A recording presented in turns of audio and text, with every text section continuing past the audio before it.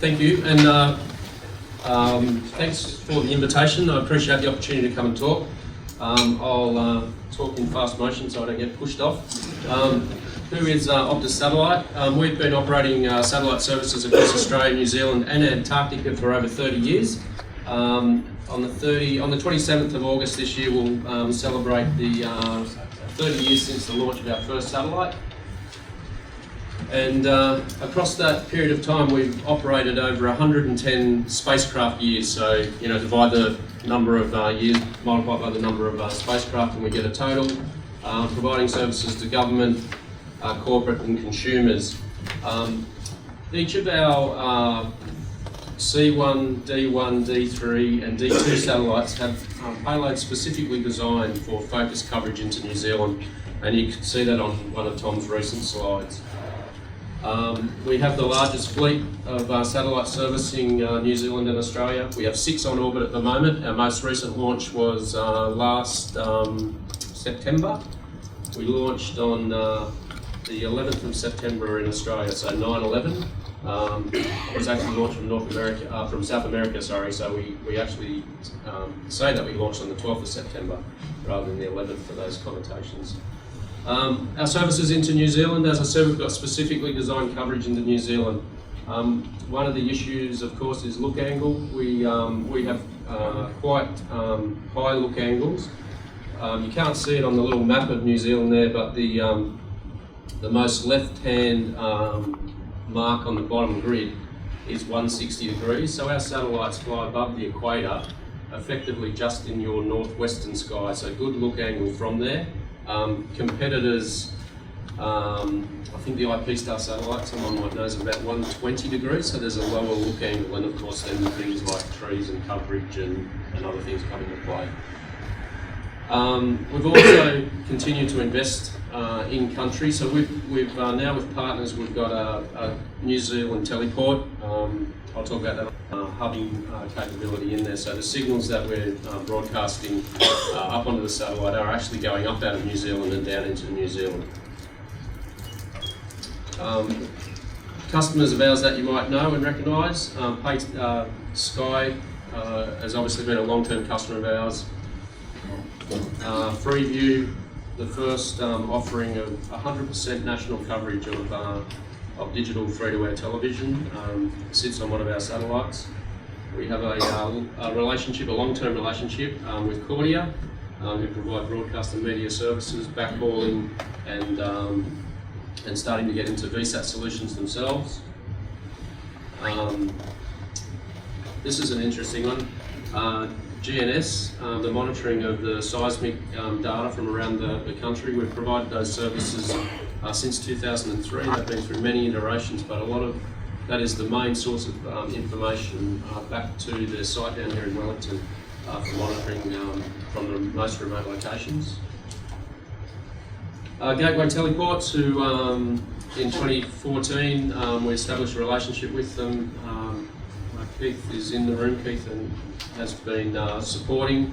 We provide out of Wellington. It's where our VSAT solutions are, hubs are, and then of course Wireless Nation, who we just saw Tom talking about. So substantially targeting the consumer and enterprise base, looking for opportunity, whereas Gateway is more corporate and enterprise. So we've got a big mix there. We're looking to support. So when I was challenged with spending 10 minutes up here, looking at what we've done in Australia recently, and obviously not looking to tell you how to do things over here, more to work with you in the I'm not going to talk about rugby or I'm not going to talk about cricket, netball, but in Australia, the decisions were made around a truly national service, and that's one of the things that is a little bit confusing when we look from the inside out, and the discussion that we're having at our table is in Australia they've created a technical platform that takes away the technical side of offering. There's still contention, of course, between whether a fibre connection, a wireless or a satellite connection is what you want, but effectively you take the technical out of the discussion and start allowing people to look at the things that they want to do in their communities or their cohorts. So whether it's health, whether it's education, the farmers, ladies, I'm not quite sure of the term, but the things that they're dealing, farmers, what? Farmers? No, I was having a discussion about things like the social effects of remoteness and rural women, thank you, isolation and, all the way to the effects that has in being that remote. If you can create a technical platform, maybe it's not a level, but it still brings the technical up, you can then start looking at application. A good example of it is the Apple mobile phone, or Samsung, Apple. People start to think about how they can use this technology from an application point of view to advance society. A combination of fibre, a combination of service. When you get down to it, you're just not going to provide fibre to everywhere. It's unrealistic. So rather than keep having that discussion, you say, okay, we're not going to do that. How do we do a whole solution? And I think a consistent service is probably more important than the speed that it runs at. We all get carried away with the speed. If you can have a consistent service where you dial on, where you connect on, and you do your business, and then you get off, speed becomes important as you build that, but as a basic service, a consistent quality service is important. In Australia, we have this for the good of the nation building. Now, why isn't it okay to subsidise the rural and remote?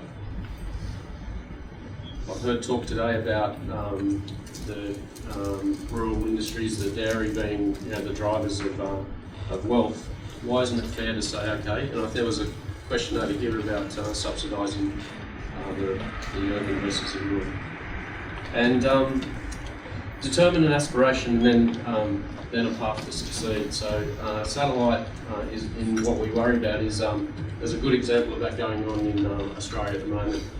Tom mentioned that NBN are about to launch 2 big satellites. They're high throughput. They'll do the initial launch service will be 21 down, 1 up. As far as time delay goes, the recent studies in that, was it Jason who said that there was an issue with time delay?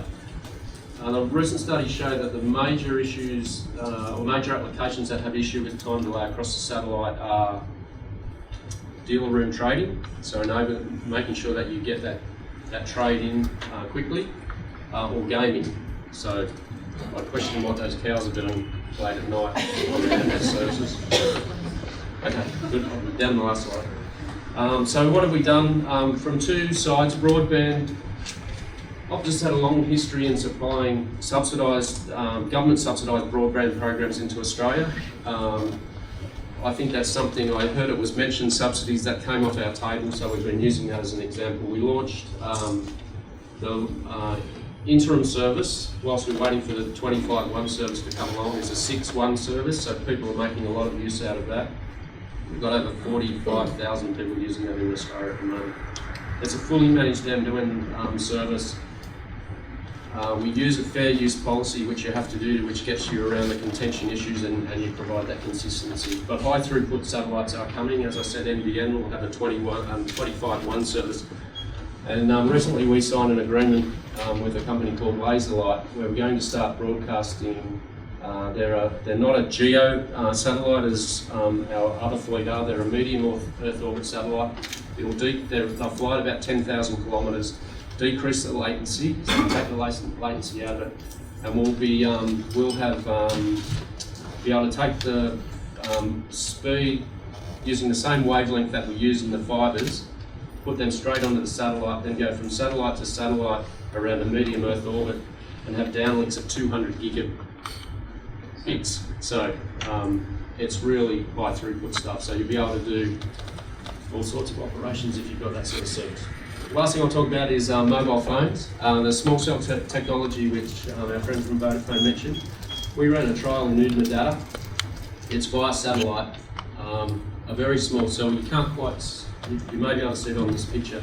We can do 32 concurrent calls. We can run Wi-Fi. Local switching's coming, so you don't switch via the satellite. You can tell that you're talking to a mobile phone in the same cell and switch through that. Where is Udinadatta? Oodnadatta is remote. It's effectively in the middle of Australia. You may have heard of the Oodnadatta track. People go out there in their four-wheel drives, so we really tested it somewhere remote. The pink roadhouse, that's a larger picture of the small cell. You can see it sitting right up on top of the tower. We get a 5 kilometre coverage around there, but it is flat. That's the road that I'm talking about. This is a cost-effective way of getting mobile services into the most remote places in New Zealand and Australia. Thank you.